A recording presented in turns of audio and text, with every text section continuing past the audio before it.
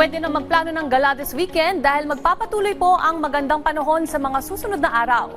Mahina na ang epekto ng habagat at wala rin tayong binabantayang sirkulasyon sa loob ng Philippine Area of Responsibility. Pero ayon nga sa Pag-asa ay may naispatan silang low pressure area sa labas ng PAR at paglilinaw nila sakaling maging bagyo ito ay hindi naman ito papasok sa loob ng Philippine Area of Responsibility, mananatili yan sa labas at walang epekto sa ating bansa at hindi rin ito palalakasin ang habagat. Makararanas naman ng bahagyang maulap na panahon at isolated rain showers sa kanlurang bahagi ng Luzon, particular dito sa Ilocos Norte, Batanes at Babuyan Islands. Para naman sa nalalabing bahagi ng Luzon, Visayas at sa Mindanao, asahan ng fair weather condition pero may posibilidad lamang ng localized thunderstorms o panandaliang pag-ulan sa hapon o gabi. Ngayon, silipin na natin ang rain probability sa ilang mga pangunahing lungsod sa bansa hanggang sa araw ng linggo.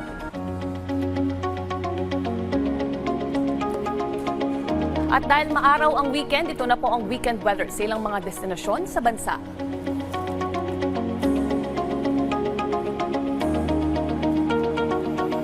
Dumako naman tayo sa outer space para sa ating trivia ngayong araw. Alam nyo ba na may nadiskubring isang klaseng sugar sa outer space?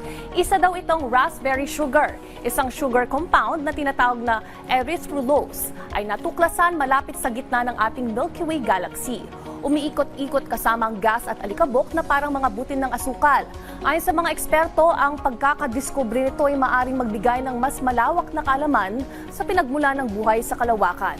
Ito na nga ang kauna-unahang pagkakataon na nakadiskubre ng totoong sugar sa space.